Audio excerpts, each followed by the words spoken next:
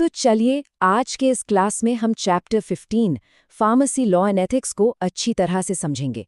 ये एक complete revision होने वाला है जो एग्जाम के लिहाज से बहुत ज़रूरी है। देखते हैं कि इस चैप्टर में हम क्या-क्या कवर करने वाले हैं। सबसे पहले हम देखेंगे introduction to BCS system of classification, मतलब हम बायोफार्मास्यूटिक्स क्लासिफिकेशन सिस्टम के बारे में जानेंगे जो दवाओं को क्लासिफाई करने का एक तरीका है। फिर आएगा basic concepts of clinical trials. इसमें हम समझेंगे कि क्लिनिकल ट्रायल्स के पीछे के मूल सिद्धांत क्या होते हैं। इसके बाद हम ANDA और NDA के बारे में पढ़ेंगे। ANDA का मतलब है एब्रीविएटेड न्यू ड्रग एप्लीकेशन और NDA का मतलब है न्यू ड्रग एप्लीकेशन। ये दोनों ही दवा की मंजूरी के लिए बहुत ज़रूरी एप्लीकेशंस हैं। फिर हम समझेंगे न्यू ड्रग डेवलपमेंट, यानी एक बिल्कुल नई दवा को बनाने की पूरी प्रक्रिया क्या होती है। अगला टॉपिक है शेड्यूल Y, जो इंडिया में क्लिनिकल ट्रायल से जुड़ा एक बहुत ही ज़रूरी कानून है। इसके बाद हम ब्रांड वर्सेस जेनेरिक दवाओं के बीच का जो अंतर है उसे समझेंगे। फिर trade name concept, trade name क्या होता है और ये ट्रेडमार्क से अलग कैसे है, ये जानेंगे। इसके बाद इंट्रोडक्शन टू पेटेंट लॉ, हम पेटेंट कानून का एक परिचय लेंगे। फिर हम बात करेंगे इंटेलेक्चुअल प्रॉपर्टी राइट्स की, जिसे शॉर्ट में IPR भी कहते हैं।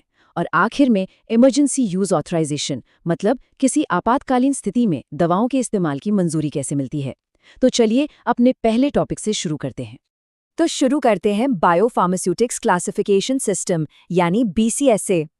The Biopharmaceutics Classification System (BCS) is a scientific framework developed to predict the behavior of a drug product in the human body based on its physicochemical properties. इसका मतलब ये होता है कि BCS एक वैज्ञानिक ढांचा है। इसे इसलिए बनाया गया है ताकि किसी भी दवा के भौतिक और रासायनिक गुणों को देखकर ये अंदाज़ा लगाया जा सके कि वो दवा इंसान के शरीर के अंदर जाकर कैसा असर दिखाएगी। The BCS classifies drugs into 4 categories, BCS class 1 to 4, based on their solubility and permeability. आसान शब्दों में कहें तो BCS सिस्टम दवाओं को उनकी घुलनशीलता यानी सॉल्युबिलिटी और पारगम्यता यानी परमिएबिलिटी के आधार पर 4 अलग-अलग क्लास में बांटता है। आइए अब इन चारों क्लास को एक-एक करके समझते हैं। BCS class 1, highly soluble and highly permeable. ये वो दवाएं होती हैं जो बहुत अच्छे से घुल जाती हैं और शरीर की दीवारों को पार करके खून में भी बड़ी आसानी से पहुंच जाती हैं। नोट: डिसॉल्व रेडिली इन GI tract, easily absorbed into blood stream, यानी ये हमारे गैस्ट्रोइंटेस्टाइनल ट्रैक्ट में जल्दी से घुल जाते हैं और बहुत आसानी से खून में भी मिल जाती हैं। Examples: caffeine, ibuprofen. इसके कुछ उदाहरण हैं कैफीन और आइब्यूप्रोफेन। अब आते हैं BCS क्लास 2 पर, poorly soluble but highly permeable. ये वो दवाएं हैं जो घुलती तो मुश्किल से हैं, लेकिन एक बार अगर घुल जाएं तो शरीर में बहुत आसानी से पहुंच जाती हैं। Note: difficulty dissolving in GI tract but pass through cell membranes easily once absorbed, मतलब इन्हें GI ट्रैक्ट में घुलने में तो थोड़ी मुश्किल होती है, पर एक बार ये घुल जाएं तो कोशिका की झिल्ली को आसानी से पार कर लेती हैं। इसके एग्जाम्पल्स हैं कीटोकोनाजोल, डानाजोल। अब है BCS class 3, highly soluble but poorly permeable. ये दवाएं पानी में तो आसानी से घुल जाती हैं, लेकिन शरीर की दीवारों को आसानी से पार नहीं कर पाती। Note: dissolve easily in GI tract but difficulty passing through cell membranes, यानी ये GI ट्रैक्ट में घुल तो आसानी से जाती हैं, पर कोशिका झिल्ली को पार करने में इन्हें बहुत मुश्किल होती है। एग्जाम्पल्स हैं एटेनॉल, सिमिटिडीन। और आखिर में BCS class 4, poorly soluble and poorly permeable. ये वो दवाएं हैं जो न तो आसानी से घुल पाती हैं और न ही शरीर में आसानी से पहुंच पाती हैं। Note: difficulty dissolving in GI tract and passing through cell membranes, मतलब इन्हें GI ट्रैक्ट में घुलने और कोशिका झिल्ली को पार करने दोनों में ही दिक्कत होती है। एग्जाम्पल्स: ग्रिसियोफुल्विन, डायज़ेपैम। इसे याद रखने के लिए एक फ्लो दिया गया है।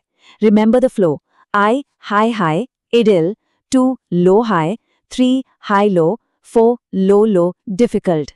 ये एग्जाम के लिए बहुत ज़रूरी है, इसे अच्छे से याद कर लीजिए। पिछली स्लाइड में हमने जो 4 क्लास पढ़ी हैं, उन्हें अब इस BCS क्लासिफिकेशन मैट्रिक्स की मदद से समझते हैं। ये एक ग्राफ जैसा है जो इन चारों क्लास को बहुत ही आसानी से दिखाता है। इसमें 2 अक्ष या एक्सिस हैं। जो लेटा हुआ अक्ष है वो है सॉल्युबिलिटी यानी घुलनशीलता का। ये बाईं ओर हाई से शुरू होकर दाईं ओर लो तक जाता है, और जो खड़ा अक्ष है वो है परमिएबिलिटी यानी पारगम्यता का। ये नीचे लो से शुरू होकर ऊपर हाई तक जाता है। अब इन चारों क्वाड्रेंट्स को देखिए। ऊपर बाईं ओर है क्लास 1, जहां सॉल्युबिलिटी भी हाई है और परमिएबिलिटी भी हाई है। इसे सबसे अच्छी स्थिति माना जाता है। ऊपर दाईं ओर है क्लास 2, जहां परमिएबिलिटी तो हाई है लेकिन सॉल्युबिलिटी लो है। नीचे बाईं ओर है क्लास 3, जहां सॉल्युबिलिटी हाई है लेकिन परमिएबिलिटी लो है। और आखिर में नीचे दाईं ओर है क्लास 4, जहां सॉल्युबिलिटी भी लो है और परमिएबिलिटी भी लो है। ये सबसे चुनौतीपूर्ण क्लास मानी जाती है। ये मैट्रिक्स बीसीएस सिस्टम को विजुअली याद रखने में बहुत मदद करेगा। हमारा अगला टॉपिक है क्लिनिकल ट्रायल्स की मूल बातें। तो चलिए समझते हैं कि ये होते क्या हैं। Clinical trials are research studies that test how well new medical treatments, devices और प्रोसीजर्स वर्क इन ह्यूमंस। इसका मतलब ये है कि क्लिनिकल ट्रायल्स एक तरह के रिसर्च अध्ययन होते हैं जिनमें ये परखा जाता है कि कोई भी नया मेडिकल इलाज, कोई नया उपकरण या कोई नई प्रक्रिया इंसानों पर कितना अच्छा काम कर रही है। They are research studies in which people volunteer to help find answers to specific health questions. ये ऐसे अध्ययन होते हैं जिनमें लोग अपनी मर्जी से हिस्सा लेते हैं ताकि सेहत से जुड़े कुछ खास सवालों के जवाब ढूंढे जा सकें। When carefully conducted, they are the safest and fastest way to find new treatments and ways to improve health. जब इन ट्रायल्स को बहुत सावधानी से किया जाता है तो ये नए इलाज खोजने और स्वास्थ्य को बेहतर बनाने का सबसे सुरक्षित और सबसे तेज तरीका साबित होते हैं। अब इसके कुछ बेसिक कॉन्सेप्ट्स को समझते हैं। 1. Study design. A clinical trial is designed to answer a specific research question or hypothesis. इसका मतलब है कि हर क्लिनिकल ट्रायल का एक खास मकसद होता है या एक सवाल होता है और उसका पूरा डिजाइन उसी सवाल का जवाब देने के लिए बनाया जाता है। 2. Randomization. Participants are randomly assigned to different groups. Example, treatment versus control. इसका मतलब है कि ट्रायल में हिस्सा लेने वाले लोगों को अलग अलग ग्रुप्स में बिना किसी भेदभाव के यानी रैंडम तरीके से बांटा जाता है। जैसे एक ग्रुप को असली दवा दी जाती है और दूसरे को प्लेसिबो यानी एक नकली दवा। Why? ऐसा क्यों करते हैं? Ensures groups are similar in characteristics, so observed differences are due to the intervention. ऐसा इसलिए किया जाता है ताकि दोनों ग्रुप हर तरह से एक जैसे हों और नतीजों में जो भी फर्क आए वो सिर्फ दवा के असर की वजह से हो, किसी और कारण से नहीं। 3. Blinding refers to whether participants, researchers, and/or data analysts are aware of which group a participant is assigned to. Blinding का मतलब है कि क्या मरीज, डॉक्टर या डेटा का विश्लेषण करने वालों को ये पता होता है कि कौन सा मरीज किस ग्रुप में है। Why? ये क्यों जरूरी है? Helps to prevent bias in study results. ऐसा इसलिए किया जाता है ताकि स्टडी के नतीजों में किसी भी तरह का पक्षपात या भेदभाव ना आ सके। चलिए क्लिनिकल ट्रायल्स के कुछ और कॉन्सेप्ट्स देखते हैं। 4. Informed consent. Before participating, participants must provide detailed information about the study, risks, benefits, and obtain voluntary agreement. इसका मतलब है कि ट्रायल में हिस्सा लेने से पहले हर व्यक्ति को उस स्टडी के बारे में पूरी जानकारी दी जानी चाहिए, जिसमें उसके फायदे और जोखिम दोनों के बारे में बताया गया हो, और उसके बाद ही उनकी मर्जी से सहमति ली जानी चाहिए। 5. End point. A measurable outcome used to evaluate effectiveness. And point एक ऐसा परिणाम होता है जिसे मापा जा सकता है और जिसका इस्तेमाल दवा कितनी असरदार है ये पता लगाने के लिए किया जाता है। Examples: clinical, disease progression, death, और सरोगेट, ब्लड प्रेशर, कोलेस्ट्रॉल। इसके उदाहरण हैं क्लिनिकल एंड पॉइंट जैसे बीमारी का बढ़ना या मृत्यु, या फिर सरोगेट एंड पॉइंट जैसे ब्लड प्रेशर या कोलेस्ट्रॉल के लेवल में बदलाव। 6. Phase. Clinical trials are conducted in phases. Clinical trials अलग अलग चरणों या फेज में किए जाते हैं। Phase 1. Test safety and tolerability in a small group of healthy volunteers. Phase 1 में दवा कितनी सुरक्षित है और उसे कितनी मात्रा में सहन किया जा सकता है, ये स्वस्थ वॉलंटियर्स के एक छोटे से ग्रुप पर परखा जाता है। Phase 2. Test effectiveness and safety in a larger group of patients.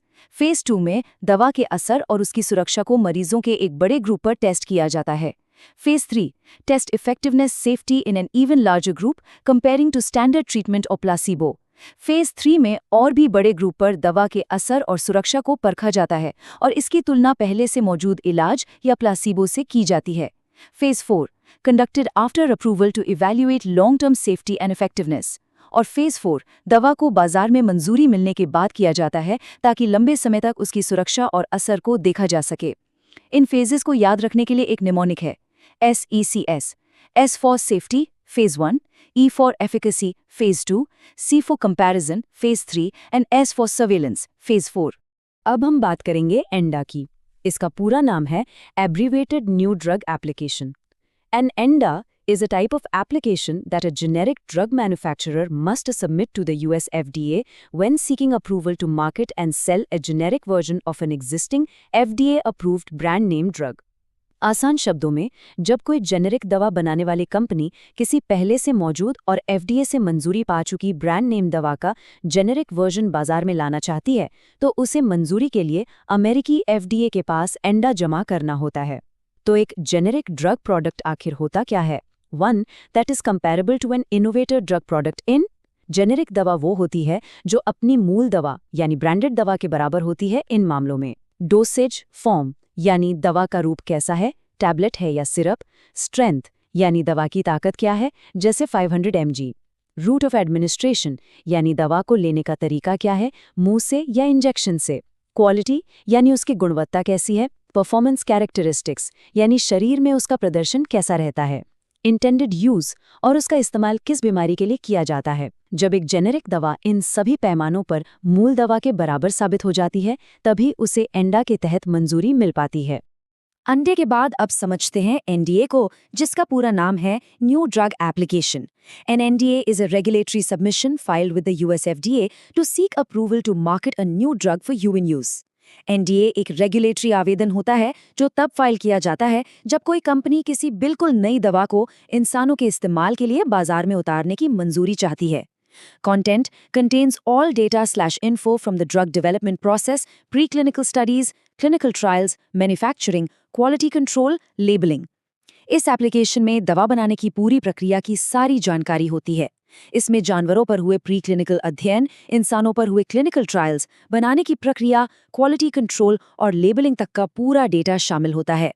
Purpose: a comprehensive document providing the FDA with necessary info to decide on marketing approval.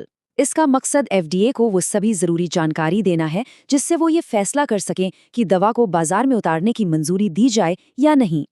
FDA review determines if the drug is safe, effective, and if benefits outweigh risks. FDA अपनी समीक्षा में ये तय करती है कि दवा सुरक्षित और असरदार है या नहीं और क्या इसके फायदे इसके जोखिमों से ज्यादा हैं। आप देखते हैं goals of NDA review, FDA decisions. NDA की समीक्षा के 3 मुख्य लक्ष्य होते हैं। 1. Whether the drug is safe and effective in its proposed uses and benefits outweigh risks. ये तय करना कि दवा अपने बताए गए उपयोग के लिए सुरक्षित और प्रभावी है और उसके फायदे उसके जोखिमों से ज्यादा हैं। 2. Whether the proposed labeling package insert is appropriate. ये तय करना कि दवा के साथ दी जाने वाली जानकारी यानी उसका लेबल सही है या नहीं। 3. Whether manufacturing methods and quality controls are adequate to preserve identity, strength, quality and purity.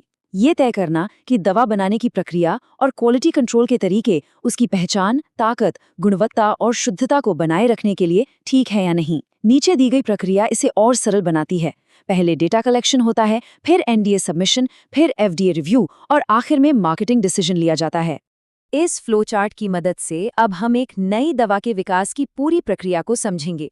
Process of discovering, designing and testing new medications for specific diseases. ये किसी खास बीमारी के लिए नई दवाओं को खोजने, डिजाइन करने और उनका परीक्षण करने की एक पूरी प्रक्रिया है। Begins with identifying potential drug targets and compounds. इसकी शुरुआत उन संभावित ड्रग टारगेट्स और कंपाउंड्स की पहचान से होती है जिन पर दवा असर कर सकती है। Stages: Preclinical testing, clinical trials, regulatory approval, post-marketing surveillance. इसके मुख्य चरण हैं, सबसे पहले प्रीक्लिनिकल टेस्टिंग, फिर क्लिनिकल ट्रायल्स, उसके बाद रेगुलेटरी मंजूरी और आखिर में दवा के बाजार में आने के बाद उसकी निगरानी। Nature: complex, time consuming, years, decades, but critical for modern medicine. ये एक बहुत ही जटिल और लंबा प्रोसेस है जिसमें कई साल या दशक भी लग सकते हैं, लेकिन ये आज की चिकित्सा के लिए बहुत ही ज़रूरी है। अब इस फ्लोचार्ट को देखिए। प्रक्रिया शुरू होती है प्री क्लिनिकल रिसर्च से। इसमें दवा का सिंथेसिस एंड प्यूरिफिकेशन होता है, यानी उसे बनाया और शुद्ध किया जाता है, और फिर एनिमल टेस्टिंग होती है जो शॉर्ट टर्म और लॉन्ग टर्म दोनों तरह की होती है। इसके बाद आते हैं क्लिनिकल स्टडीज़, जिसमें फेज़ 1, फेज़ 2 और फेज़ 3 शामिल हैं। ये सभी इंसानों पर किए जाते हैं। और आखिर में है एनडीए रिव्यू, सभी क्लिनिकल स्टडीज पूरी होने के बाद कंपनी एनडीए सबमिट करती है और फिर एफडीए अपना रिव्यू डिसीजन देता है, जिसके बाद दवा को मंजूरी मिल सकती है। अब हम भारत में क्लिनिकल ट्रायल्स से जुड़े एक बहुत ही महत्वपूर्ण नियम की बात करेंगे, और वो है schedule Y, part of the drugs and cosmetics act 1940 in India. Schedule Y Bharat के ड्रग्स एंड कॉस्मेटिक्स एक्ट 1940 का एक हिस्सा है। Lays out guidelines for clinical trials of drugs and medical devices in India. ये भारत में दवाओं और मेडिकल उपकरणों के क्लिनिकल ट्रायल्स के लिए दिशा निर्देश तय करता है। Purpose: ensure ethical safe trials and maintain data quality. इसका मकसद ये सुनिश्चित करना है कि ट्रायल्स नैतिक रूप से सही और सुरक्षित हों और उनसे जो भी डेटा मिले उसकी गुणवत्ता अच्छी हो।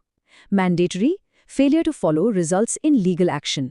इसका पालन करना अनिवार्य है और अगर कोई इसका पालन नहीं करता तो उस पर कानूनी कार्रवाई भी हो सकती है। अब इसके की कंपोनेंट्स यानी मुख्य घटकों को देखते हैं। 1. Clinical trial approval process must be approved by DCGI, drug controller general of India. इसका मतलब है कि कोई भी क्लिनिकल ट्रायल शुरू करने से पहले DCGI से मंजूरी लेना जरूरी है। 2. Informed consent participants must be fully informed and agree voluntarily. Trial में हिस्सा लेने वाले सभी लोगों को पूरी जानकारी दी जानी चाहिए और उनकी मर्जी से सहमति ली जानी चाहिए। 3. Ethics committee independent committee reviews study design to protect participant rights welfare. हर ट्रायल की समीक्षा एक स्वतंत्र एथिक्स कमेटी करती है ताकि ये सुनिश्चित हो सके कि प्रतिभागियों के अधिकारों और कल्याण की रक्षा हो रही है। 4. Monitoring and reporting trials monitored for compliance. Adverse events must be reported to DCGI and ethics committee. Trial के दौरान उसकी निगरानी की जाती है और अगर कोई भी प्रतिकूल घटना होती है तो उसकी सूचना तुरंत DCGI और एथिक्स कमेटी को देना अनिवार्य होता है। अब हम ब्रांडेड और जेनेरिक दवाओं के बीच के अंतर को इस टेबल की मदद से समझेंगे। पहला फीचर है डेफिनेशन यानी परिभाषा। Generic drugs of patent product, same strength, dosage, route, safety, quality as innovator. Generic दवाएं वो उत्पाद होती हैं जिनका पेटेंट खत्म हो चुका होता है। इनकी ताकत, खुराक, लेने का तरीका, सुरक्षा और गुणवत्ता अपनी मूल दवा जैसी ही होती है। Brand name drugs developed, marketed under patent, trademark, approved after establishing safety effectiveness। वहीं ब्रांडेड दवाएं वो होती हैं जिन्हें एक कंपनी पेटेंट के तहत बनाती और बेचती है। इनकी सुरक्षा और प्रभावशीलता साबित होने के बाद ही इन्हें मंजूरी मिलती है। दूसरा फीचर है patents. Generic drugs of patent. Generic दवाएं पेटेंट से बाहर होती हैं, मतलब उन पर पेटेंट लागू नहीं होता। Brand name drugs patent protected, जबकि ब्रांडेड दवाएं पेटेंट द्वारा सुरक्षित होती हैं। तीसरा फीचर है trade name. Generic drugs marketed under generic name. Generic दवाएं अपने एक्टिव इंग्रेडिएंट के नाम से ही बेची जाती हैं। Brand name drugs marketed under unique proprietary name. Branded दवाओं का अपना एक खास ब्रांड नाम होता है। चौथा है application. Generic drugs ANDA required for US FDA approval. Generic दवाओं की मंजूरी के लिए ANDA फाइल करना पड़ता है। Brand name drugs NDA required for US FDA approval और ब्रांडेड दवाओं की मंजूरी के लिए NDA फाइल करना पड़ता है। पांचवां, manufactured by generic drugs several companies after patent expiration. Patent खत्म होने के बाद इन्हें कई सारी कंपनियां बना सकती हैं। Brand name drugs innovator company, इसे सिर्फ वही कंपनी बनाती है जिसने इसे पहली बार बनाया था। और छठा, animal and clinical study. Generic drugs not required to perform. Generic दवाओं को बनाने के लिए फिर से एनिमल और क्लिनिकल स्टडी करने की जरूरत नहीं होती। Brand name drugs essential to perform, जबकि ब्रांडेड दवाओं के लिए ये सारे अध्ययन करना अनिवार्य होता है। चलिए ब्रांडेड और जेनेरिक दवाओं की इस तुलना को आगे बढ़ाते हैं। अगला फीचर है प्राइस यानी कीमत। जेनेरिक ड्रग्स चीपर, जेनेरिक दवाएं सस्ती होती हैं। ब्रांड नेम ड्रग्स मोर कॉस्टली देन जेनेरिक ड्रग्स, वहीं ब्रांडेड दवाएं जेनेरिक दवाओं की तुलना में महंगी होती हैं। अगला है अपीयरेंस यानी वो दिखती कैसी हैं। Generic drugs look different from relevant brand name drug. Generic दवाएं दिखने में अपनी ब्रांडेड दवा से अलग हो सकती हैं। Brand name drugs unique look as design during product development. Branded दवाओं का अपना एक खास डिजाइन और रूप रंग होता है। फिर आता है name variation. Generic drugs same generic drug name in any country. Generic दवा का नाम दुनिया के किसी भी देश में एक ही रहता है। ब्रांड नेम ड्रग्स सेम और different brand names in different countries. जबकि ब्रांडेड दवा का नाम अलग अलग देशों में एक या अलग अलग भी हो सकता है। अब बात करते हैं एक्सीपियंट्स की। ये वो पदार्थ होते हैं जो दवा में एक्टिव इंग्रेडिएंट के अलावा मिलाए जाते हैं। जेनरिक ड्रग्स में कंटेन सेम और ऑल्टर्ड एक्सेप्टेबल एक्सिपिएंट्स। जेनरिक दवाओं में वही या कुछ बदले हुए एक्सिपिएंट्स हो सकते हैं, लेकिन वो स्वीकृत होने चाहिए। Brand name drugs uses acceptable excipients by innovator during development. Branded दवाओं में मूल कंपनी द्वारा विकसित किए गए एक्सिपिएंट्स का ही इस्तेमाल होता है। अवेलेबिलिटी यानी उपलब्धता। Generic drugs after expiration of patents and exclusivities. Generic दवाएं पेटेंट खत्म होने के बाद ही बाजार में मिलती हैं। Branded drugs from product launch. Branded दवाएं अपने लॉन्च के साथ ही बाजार में आ जाती हैं। और आखिर में है एग्जाम्पल्स। जेनरिक ड्रग्स का एक बहुत कॉमन उदाहरण है पैरासिटामोल टैबलेट, और ब्रांड नेम ड्रग्स के उदाहरण है टाइलेनॉल, पारा, नापा, मेपाप, कैलपॉल। ये सभी हैं तो पैरासिटामोल ही, लेकिन अलग अलग ब्रांड नाम से बिकती हैं। हमारा अगला टॉपिक है ट्रेड नेम का concept. A trade name is a term used to refer to a company और बिजनेस एंटिटीज नेम। इसका मतलब है कि ट्रेड नेम वो नाम होता है जिसका इस्तेमाल किसी कंपनी या व्यापार के लिए किया जाता है। इसे बिजनेस नेम या डूइंग बिजनेस एज DBA कहते हैं। Used to identify and distinguish the entity in the market. इसका उपयोग बाजार में उस कंपनी की पहचान बनाने और उसे दूसरों से अलग दिखाने के लिए होता है। Can be registered with government but not always necessary. इसे सरकार के साथ रजिस्टर कराया जा सकता है, लेकिन यह हमेशा जरूरी नहीं होता। अब इस डायग्राम को देखते हैं जो ट्रेड नेम और ट्रेडमार्क के बीच का फर्क बताता है। Often confused but legally distinct. अक्सर लोग इन दोनों को एक ही समझ लेते हैं, लेकिन कानून की नज़र में ये दोनों अलग अलग चीजें हैं। Trade name the name a company uses to conduct business. Trade name वो नाम है जिसका इस्तेमाल कोई कंपनी अपना कारोबार चलाने के लिए करती है, जैसे सिप्ला लिमिटेड एक ट्रेड नेम है।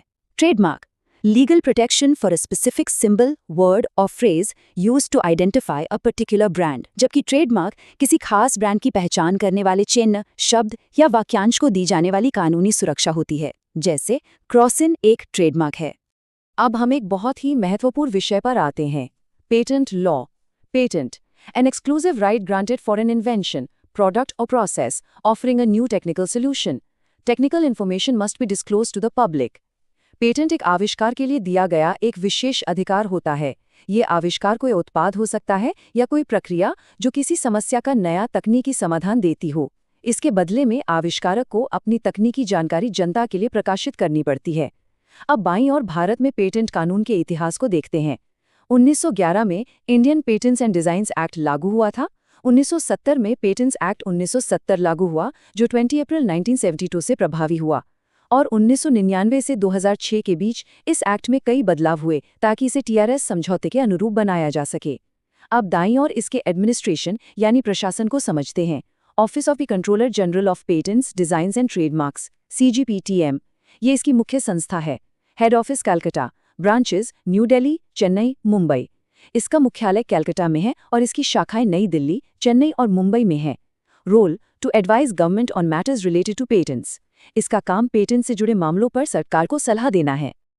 अब हम पेटेंट कानून में हुए एक बहुत जरूरी संशोधन की बात करेंगे, जो है पेटेंट्स अमेंडमेंट एक्ट 2005। ये एक बहुत बड़ा संशोधन था जिसने प्रोडक्ट पेटेंट के दायरे को सभी क्षेत्रों तक बढ़ा दिया, जिसमें भोजन, दवाएं, रसायन और सूक्ष्म जीव भी शामिल थे।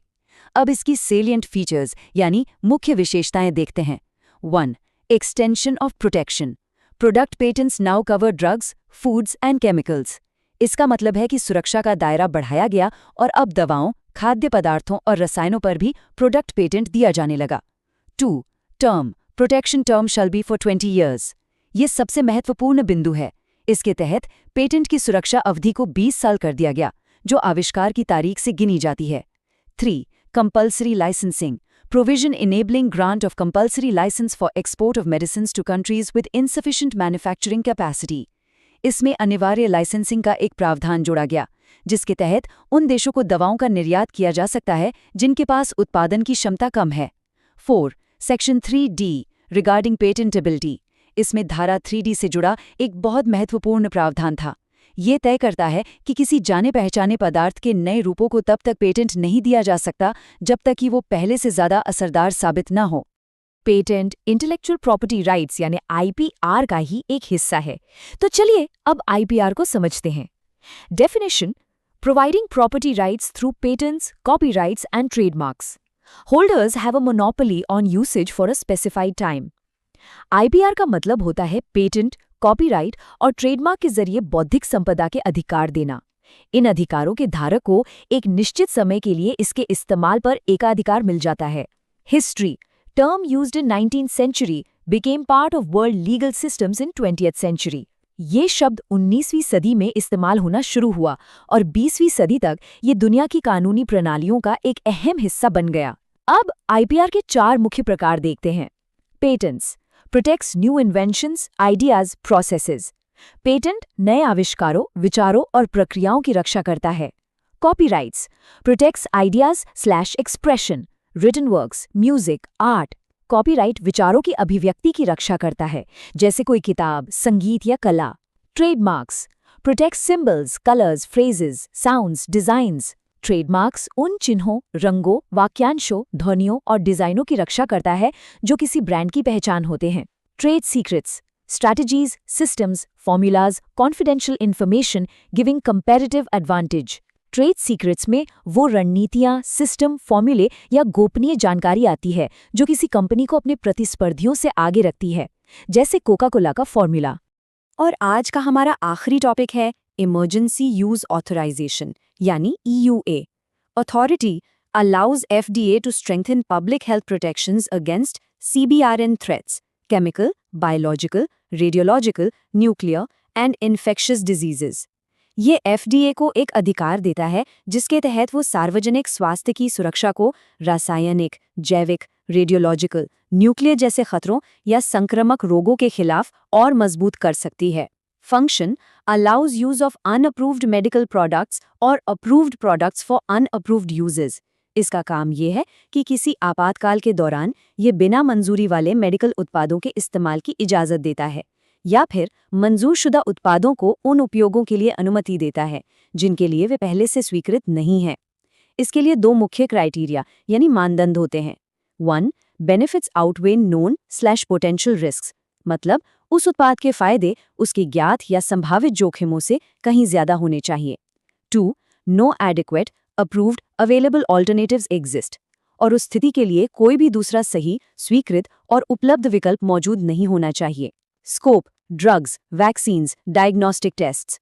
इसका दायरा दवाओं, टीकों और डायग्नोस्टिक टेस्ट तक होता है। Example used extensively during COVID-19 pandemic to accelerate vaccines and treatments। इसका सबसे बड़ा उदाहरण कोविड-19 महामारी है, जिसके दौरान टीकों और इलाज को तेजी से उपलब्ध कराने के लिए इसका बड़े पैमाने पर इस्तेमाल किया गया था। इसी के साथ हमारा ये चैप्टर यहीं समाप्त होता है।